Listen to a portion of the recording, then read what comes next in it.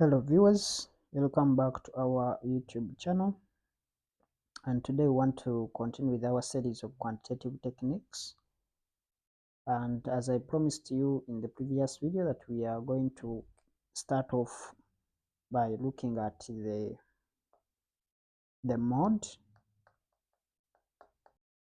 We want to look at the mode as a third method for measuring location. So in the previous video we looked at the median, and then now I want us to look at the mode. Of course, definition wise, the mode refers, this is the value. It refers to the value that occurs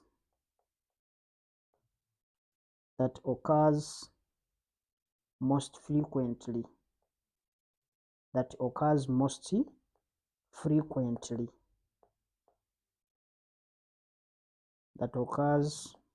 frequently in the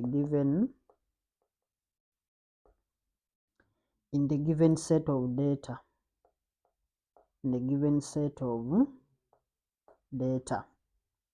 So the mode looks at the value that occurs most often in the data set, and of course the mode of a data set is that data entry that occurs with the greatest frequency. It's that number that is going to occur with the greatest frequency. So sometimes it is said to be the most typical case. In other words, a data set that has a mode that is maybe only one. We are going to have situations where we have a data set that has only one mode. If a data set has one mode, then that kind of data set is called unimodal. It's called unimodal. We shall look at this when we are looking at normal distribution. Of course, it looks at a data set that has one mode. The moment you have a data set that has one mode, we say that that data is unimodal. So you find that it is only one value that occurs with the greatest frequency, or that occurs most frequently, because it's called a unimodal. Now, if a data set has maybe two values that occurs with the same greatest frequency, of course both of those two numbers are going to be considered as mode of those data set, and such a data set will be called a bimodal. So if a data set has two modes, if we have two modes, then that data set is said to be a bimodal. A bimodal data set. So, and of course there are situations where the data set consists of more than 2. If there are more than 2 modes or 2 values that occurs with the same greatest frequency, then we call these multimodal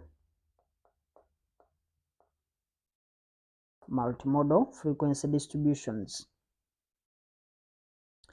So if it has one value that occurs with the greatest frequency, it's called a unimodal.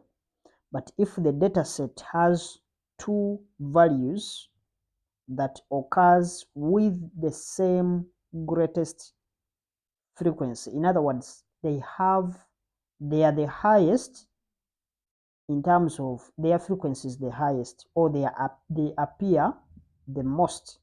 2 numbers with the same frequency are going to be, as long as they appear to be the ones with they are the ones that are going to be appearing most. Like they repeat themselves for several times. You can find maybe we have a data set that has 20, but this 20 appears maybe 10 times or 20 times. And it is maybe one number that has more occurrences. It occurs more than these other values in the data set. So if it is 1, then it is called unimodal. If there are 2 values with the same frequencies, but that frequency is the greatest of all these other values, then we call that data set or distribution a bimodal. Of course, if the data set has more than 2 values that occurs with the same greatest frequency, then each of those values is going to be used as a mode, and the data set is said to be a multimodal distribution. And of course, there are situations where we have no data values that occurs more than once. Maybe they have all the values they have given to us, they appear once. So that data set is said to have no mode. But one thing you need to understand is that if a data set doesn't have mode, we don't say that mode is equal to 0. No, because that would be wrong. If you say that mode is equal to 0, because we looked at the levels of data measurement or measurement of data, and we looked at situations that a 0 can actually represent an actual value. Like for instance, if you are looking at temperature, you may have 0 degrees. So here we don't focus on, we don't say the distribution has a 0 mode. No, we say that the mode is none. But it's not 0, because 0 in some cases it may represent an actual value, which will make your answer to be a wrong one. Then the other aspect is that a given data set or distribution can have more than one mode, or it can be a data set that has no mode at all. So you may find that all the values appear once. So if the values are going to be appearing once, then that data set is going to be having no mode. But then the other thing that you need to understand, because that was all about the ungrouped or what we call the discrete data. Now, if you are looking at the grouped, because for the ungrouped it is very easy, they are going to give you individual values. for the ungrouped data set. The mode is very easy to find because they are going to just give you random figures. It is just merely involving just locating the values with those values that has the highest frequencies in the distribution, and that will represent our mode. So you just look at the data set, and then you pick out those values that have the highest frequency or that appears most. But for a grouped data or a grouped distribution, it is not possible to state the mode accurately, but it is easy to find what we call the model class, because we say that data that has classes, or the data that we call the grouped data, you will find that we are going to have data grouped into classes or intervals, but those intervals will not specify the individual values. So even what we can do, we can only tell the model class that will be the class that will have the highest frequency. So the class with the highest frequency will be our model class. Let me write it. It refers to the class. Model class refers to the class with the highest frequency. If there are two classes, of course, most of the times it will be hard for the examiner to give you a grouped frequency, a grouped data, or a grouped data set that has two model classes, especially if the examiner wants you to go ahead to compute, to do some computation, because it will be hard for you to tell which one to use. So for the grouped data, it is better for us to first find the model class, and we've said that the model class is that class that is going to have the highest frequencies. However, it is also possible to obtain an estimate of the mode of a grouped distribution. Of course, the possibility of us estimating is through two ways. One is for us to, the first one is for us to construct by constructing or construction of a histogram. Then the other second aspect is by calculating, by using the formula.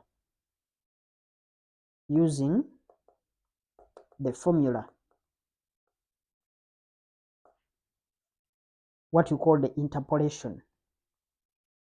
It is more, they always call it the interpolation formula. So that's basically the introduction that we can give as far as the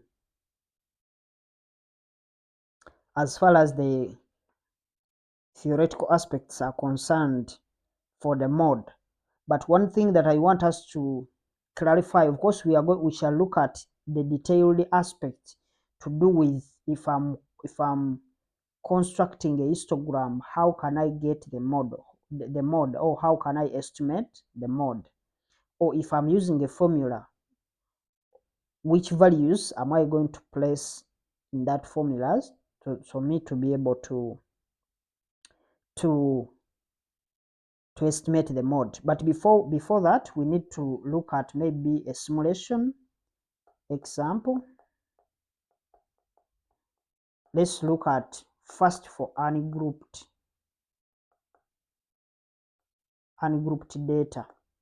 So we look at examples to do with the fact that the examiner has just given to you random values for you to compute the, or for you to identify the mode. So let's look at a small simulation just to help us understand. So the first one is for us to, question says find the mode, find the mode of the signing bonuses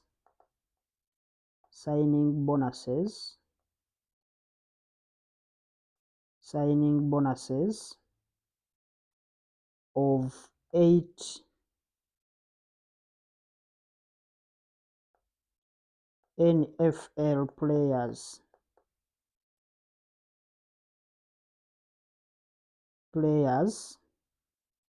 for a specific year, full stop. The bonuses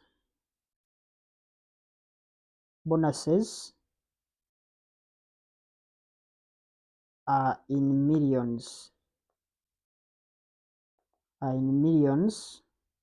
of dollars.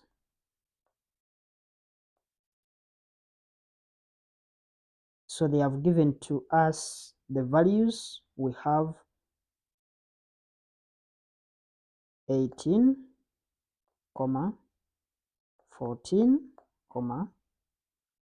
34.5, 10, 11.3, 10, 12.4, 10. Those are the values that we have. So let's look at the solution. Now, as we are looking at these individual values, one thing that is very important for us to do is to first of all arrange these values in what you call ascending order. It's not mandatory that we should arrange, but it is very helpful for us to arrange the data in order, though it's not necessary, but it's better we arrange the data set. So we can start with the smallest and then we end with the highest. The smallest is 10. It appears 3 times. 10, 10, then 11.3, 12.4, 14, 18, and then finally 34.5. So now, once you have arranged these values, you can now pick out the number that appears most. If you look at this 10, it appears once, twice, thrice. So it appears 4 times. These other numbers appears once. So since 10 appears 3 times and it is the one that has the largest frequency than any other values, then we can say that our mode is actually $10 million, because they told us that these bonuses are in millions. So you come here and conclude and say that the mode is equal to $10 million. You can start with the dollar sign, 10 million. 10 million US dollars. And that's it. So if we are given these values without the 10, if we are given these values here, the one I've circled, you'll see that those values have no other, they all appear once. It means if you have been given that kind of data set, you say there is no mod. Maybe we look at one number, then we move to the grouped, because this is very easy. Even if you don't really go ahead to waste your time of arranging, you just pick out the number that appears most. But if you arrange these values, you are going to be able to see these values, especially if the values are many. You'll see these values well and clear. So let's look at the second number, second example. We can see that the data shows the number,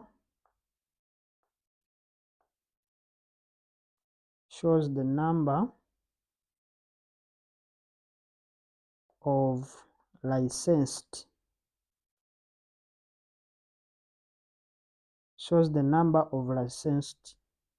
nuclear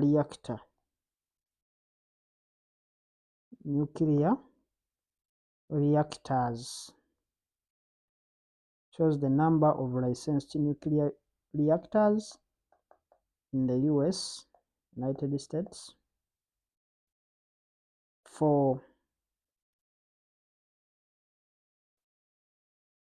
a recent 15-year period. Full stop. Find the mod. So this we have 104, 104, 104, 104,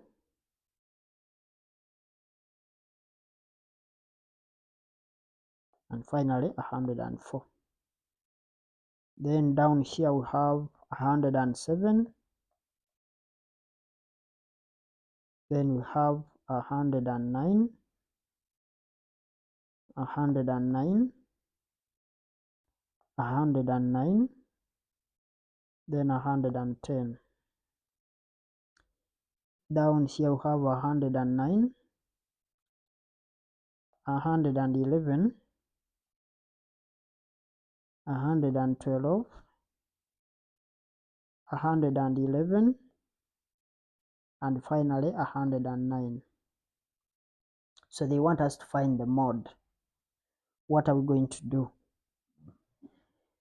So you have two choices: either to first arrange this data set into what we call ascending or descending order, or you can just spot out the values without arranging.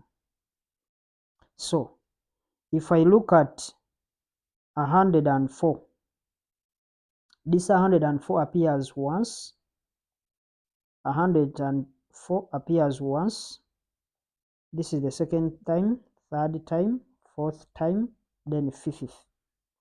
So this 104, it appears 5 times.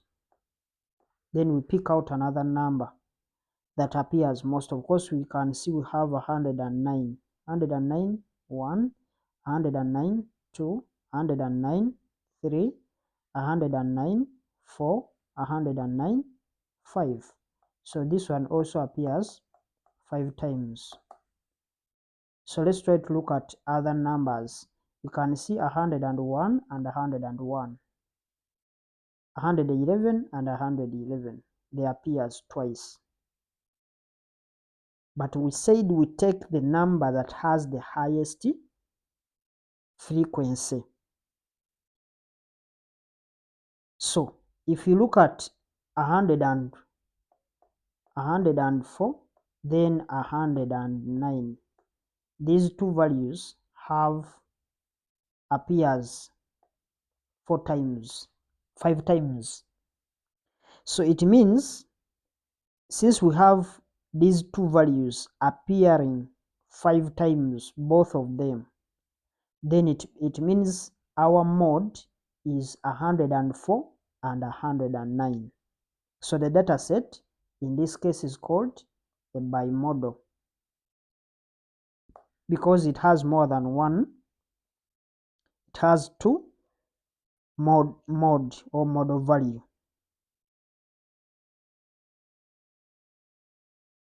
So even if they give you in what you call categorical values, they may give you cities, then they give you cities with the different numbers.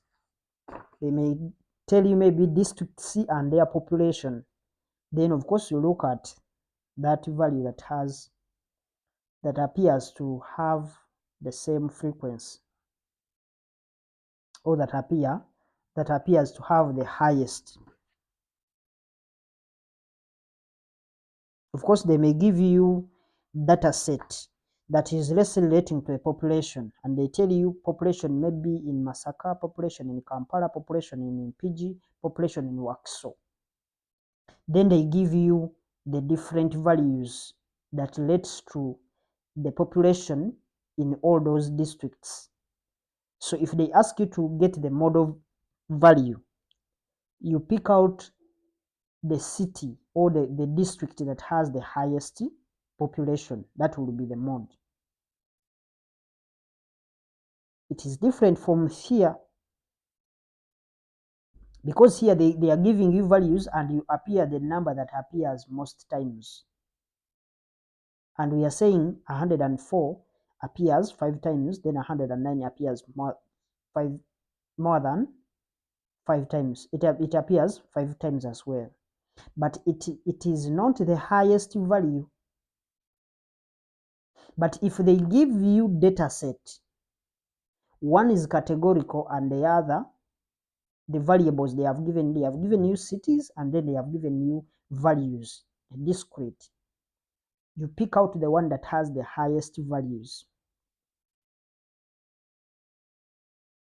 So that's all for the ungrouped, because I don't want to waste more time on the ungrouped.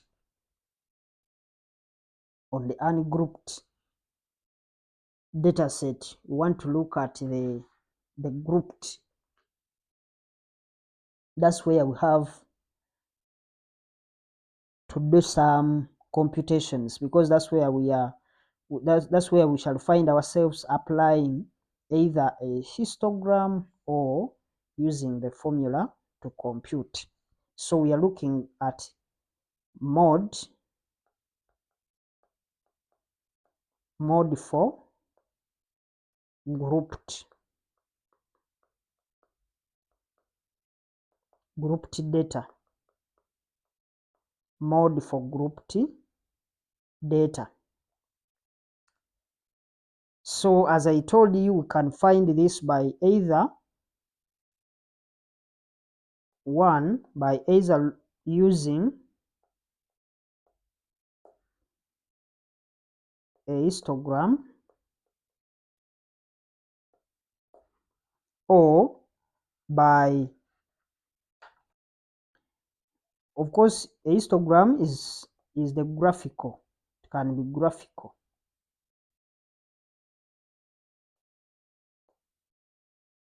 That is the graphical way. You draw a graph, then you'll be able to represent the data set. Now, if you are to draw, of course, this,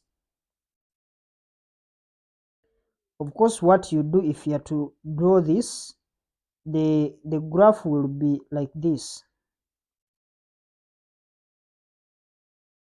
Remember, we don't skip any lines.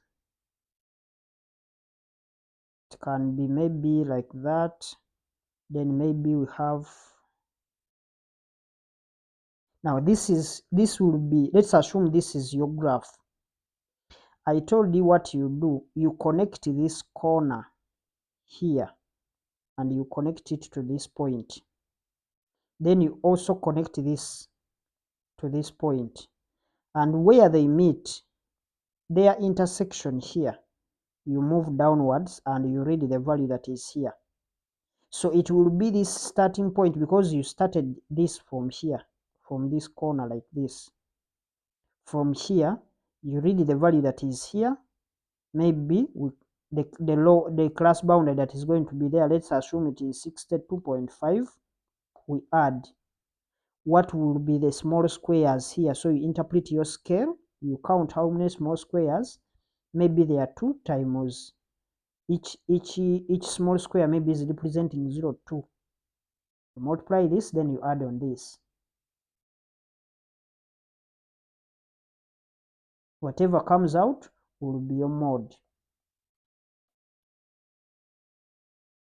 If you don't know how to draw a histogram, we explained that. Just check out our previous video lecture, then you'll be able to understand how you can be able to draw a histogram. So for you to draw a histogram, the steps are: you spot the highest bar. In other words, that highest bar, that is the class with the highest frequency. That highest bar will always represent a class with the highest frequency. Because we use the frequency against the class boundaries.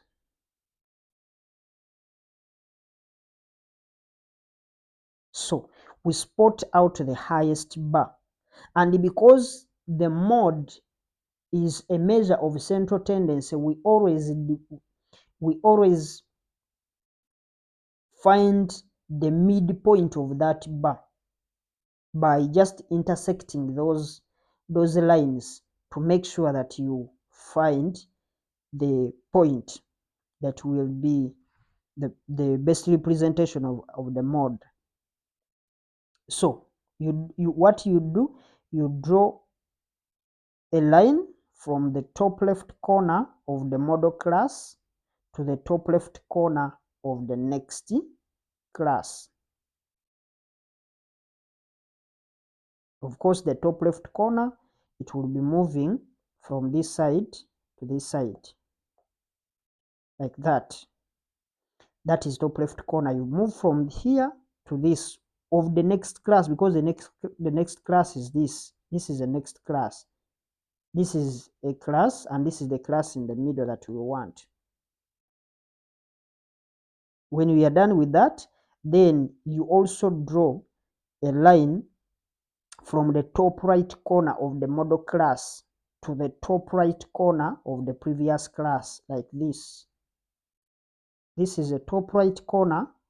This is the top right corner of the model class, and this is the top right corner of the previous class. So you connect those, and where these 2 lines meet, that's the value. You draw a vertical line that intersects those 2 lines, that the line we first drew and then the second one. Then the model value will be where that line will touch the horizontal axis here.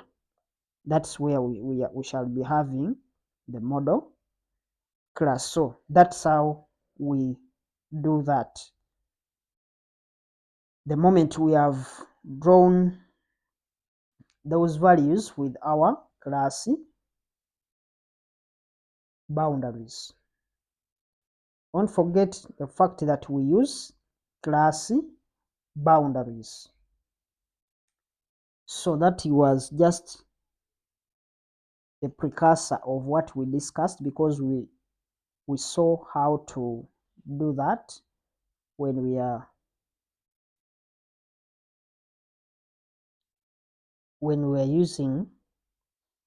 drawing the histogram as a mode of presenting data. My focus is to look at what we call the mode. This is part B. Mode, when you are using the formula. Now, of course, the formula for mod equals to, so these letters, you may use your different letters as long as you explain those letters. Here I'm going to use LO plus open bracket D1 over D1 plus D2 close the bracket times I. This is small I, where of course this I is going to be the class interval or the class width. Told some books they call it class width, others call it class interval. So class width, class width or interval, class interval. Then we also need to define these other components. Then when you look at LO represents lower class boundary,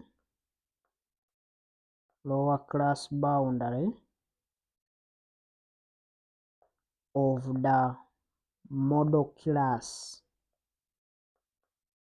lower class boundary of the model class.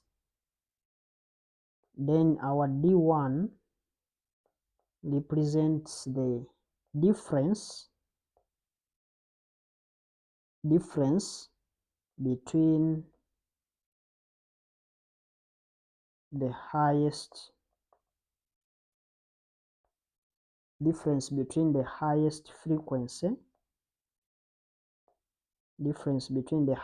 frequency,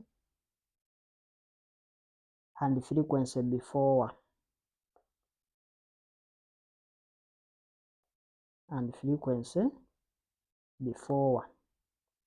That's why we take the previous class.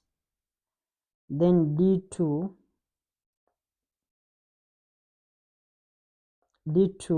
is the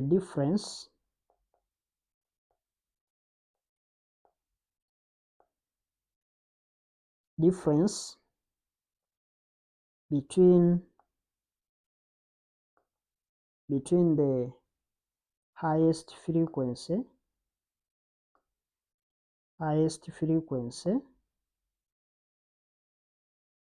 difference between the highest frequency and frequency after.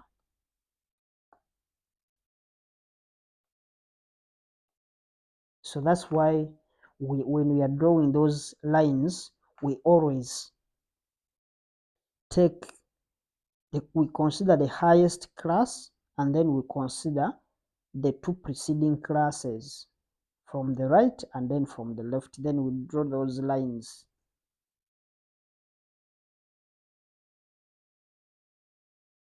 I hope you can be able to remember those, but let's do a simulation to put in context what we have so far discussed. So let's look at an example.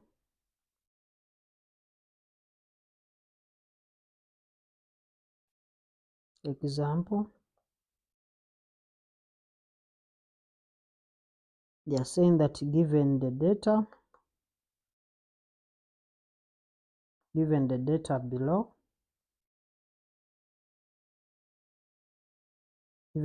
below, calculate calculate the mode of the data. So we have a class,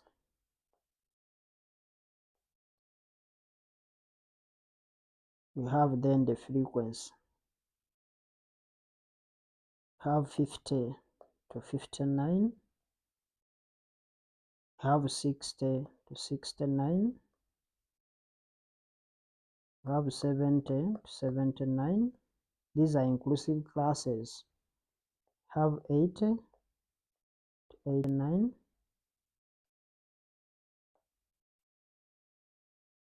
have 90 to 99, and then finally we have 100 to 109. In the frequencies, this one is a 3, this is 7, this is 18, this is 12, this is 8, this is 2. So let's solve this solution. So if you look at this question and you analyze what is needed, the required is just for us to get the mode alone. First thing that we need to find out is a model class. Say the class with the highest frequency, and of course the class with the highest frequency is 70 to 79. So this is our class. That's the class that we are interested in. Then the next thing that we need to do is to get the class boundary. So what we need, you check out the formula. The formula wants us to get the class boundary because LO represents the lower class boundary.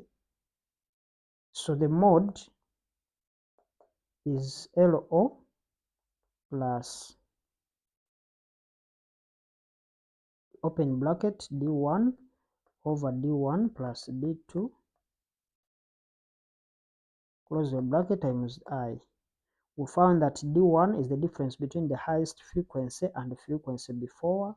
Then D2 is the difference between the highest frequency and the frequency after.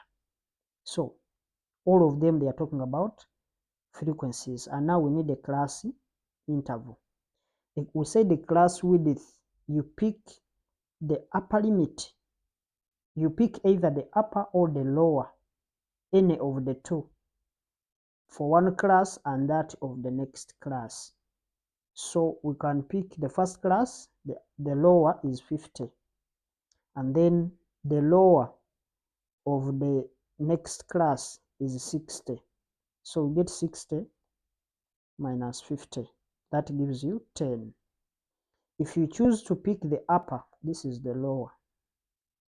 If I choose to pick the upper of the first class is 59. The low, that is the upper. Then the upper of the next class is 69. So if you get 69 minus 59, the answer is 10. So that's how we get the class width. If you don't use those upper limits, you can use the class boundaries. So we have known that our I is actually 10. So what do we need to know? We need now the lower, and then of course we know the frequency of the frequency of the higher class and that before.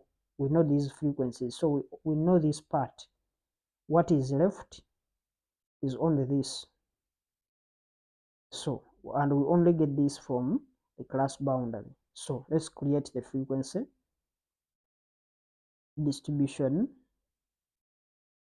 table.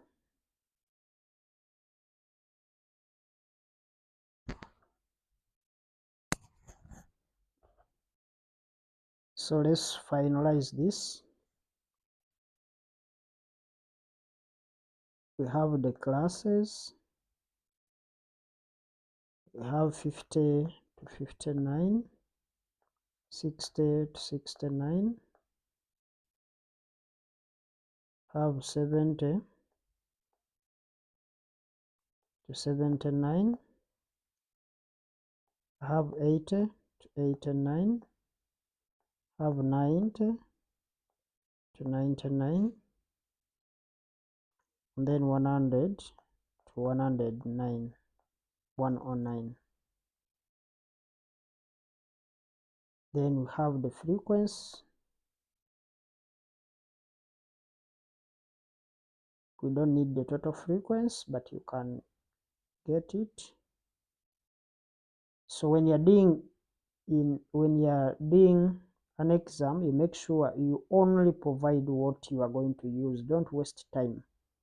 So the frequency that was given here is a 3, 7, 18,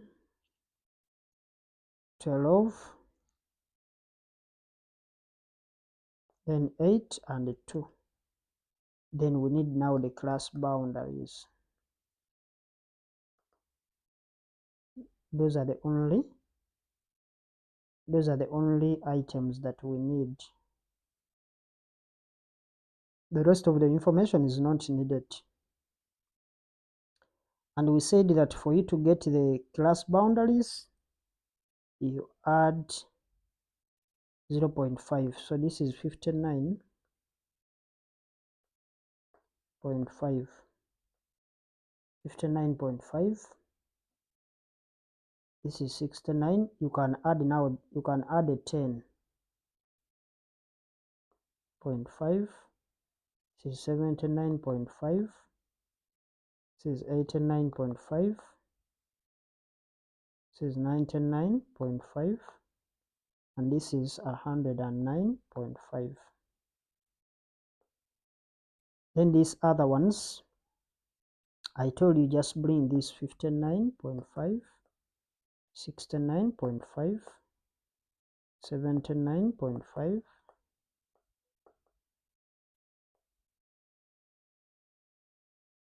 then this is 89.5, and this is 99.5. Then of course from 59.5 we less off minus 10, it will be 49.5, and that's it. Our model class was this.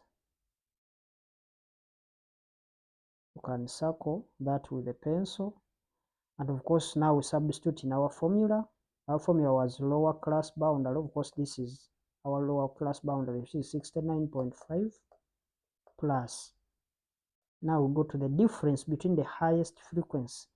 The highest frequency is 18, but they want us to get the difference. The difference minus the difference between the highest frequency and the frequency before. The frequency before is 7.